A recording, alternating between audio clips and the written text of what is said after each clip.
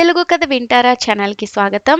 అనగనగా ఒక ఊళ్ళో ఒక రాజు ఉండేవాడు. ఆయన పేరు అమాయకుడు. ఎవరైనా ఓ మంచో చెడో చెప్తే శాంతంగా వినేవాడు. ముఖ్యంగా చాడీకోరు మాటలు చెప్పేవారికే అగ్రతాంబూలం. ఆయన మంత్రి పేరేమిటో తెలుసా?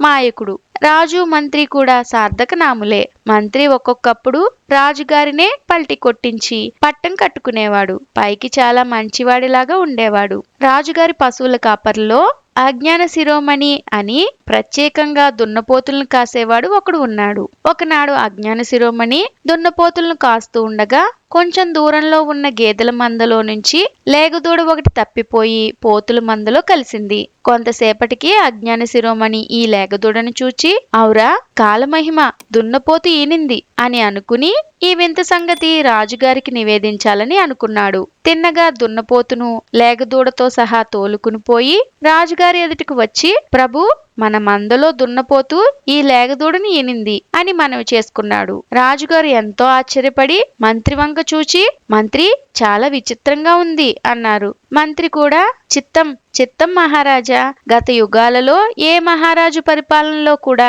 ఇలాంటిది జరగలేదండి అన్నాడు. రాజుగారు ఈ వింత పశువులను కొంతసేపు కన్నులు కరువు తీరినట్లుగా చూచి దున్నపోతును దూడను కట్టేయమన్నారు. పిమ్మట రాజుగారు ఈ వింత విషయాన్ని ప్రత్యక్షంగా నిరూపించిన అజ్ఞాన శిరోమణికి మంత్రి సలహా పైన ఒక జాగిరి ఇచ్చి గౌరవించారు. కొన్ని రోజులు గడిచినాయి. ఒకనాటి రాత్రి కోటలో రాజు మంత్రి కూర్చుని ఆ మాట ఈ మాట మాట్లాడుకుంటున్నారు. అవి చీకటి రాత్రులు. కోటకు ఒక పక్క ఓ చిన్న ఏరు పారుతూ ఉంది. ఆ ఏటి ఒడ్డున నక్కలు గుంపులు గుంపులుగా చేరి అరవడం మొదలు పెట్టాయి. కులాసాగా మాట్లాడుతున్న రాజుగారికి కోపం వచ్చి, ఏమోయ్ మంత్రి, ఈ నక్కలు ఎందుకలా అరుస్తున్నాయి అని అడిగాడు. మహారాజా, ఇది శీతాకాలం, చలి ఎక్కువగా ఉంది. చలి బాధ తాళలేక అవి అలా అరుస్తున్నాయి అన్నాడు మంత్రి. అవును పాపం, వాటికి కప్పుకోవడానికి మనకు మళ్ళీ దుప్పట్లు లేవుగా అన్నాడు రాజు జాలిగా. చిత్తం మహాప్రభు, నోరులేని వాటికి దుప్పట్లు ఎవరు కొనిస్తారు అన్నాడు మంత్రి. ఒకరు కొనిచ్చేదేమిటి,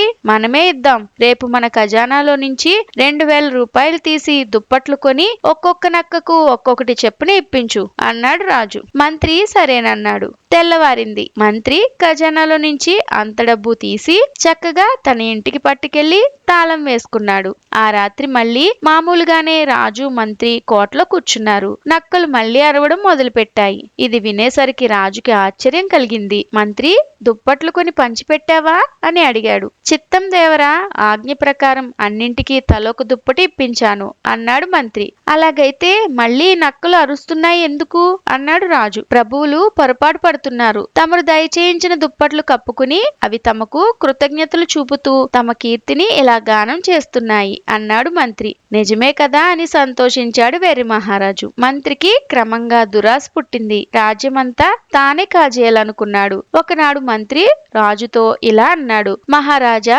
శత్రురాజులు మన పైకి యుద్ధానికి వచ్చే సూచనలు కనపడుతున్నాయి. మనకు సైనిక బలం తక్కువగా ఉంది. మరైతే ఏదైనా మంచి ఉపాయం ఆలోచించు అన్నాడు రాజు. నేను ముందే ఆలోచించాను. పూర్వం అర్జునుడు పరమేశ్వరుని గూర్చి తపస్సు చేసి పాశుపతాస్త్రము సంపాదించాడు. దేవరవారు కూడా అడవికి వెళ్లి తపస్సు చేసి అలాంటి అస్త్రం ఒకటి సంపాదించినట్లయితే శత్రు సంహారం సులువుగా చేయవచ్చును. ఈలోగా నేను ఈ కోటలో నుంచి ఎప్పటికప్పుడు మీకు వార్తలు తెలియపరుస్తూ ఉంటాను అన్నాడు మంత్రి. ఆ మాటలు విని ఆ వెర్రి మహారాజు తపస్సు చేయడానికి అడవికి వెళ్ళాడు. అక్కడ పాపం ఆయన్ని క్రూర మృగాలు చంపేశాయి. మంత్రి రాజు చచ్చిపోయాడని తెలుసుకుని రాజ్యానికి తానే పట్టం కట్టుకున్నాడు. అజ్ఞాన శిరోమణికి ఇది వరకు ఇచ్చిన జాగీరు తిరిగి లాగివేశాడు. మరికొన్ని రోజులు గడిచిన తర్వాత శత్రురాజులు నిజంగానే యుద్ధానికి వచ్చి మంత్రిని ఓడించి ఆ రాజ్యం కాస్త ఆక్రమించుకున్నారు. చూసారా, వాడి అన్యాయం వాడినే కొట్టింది.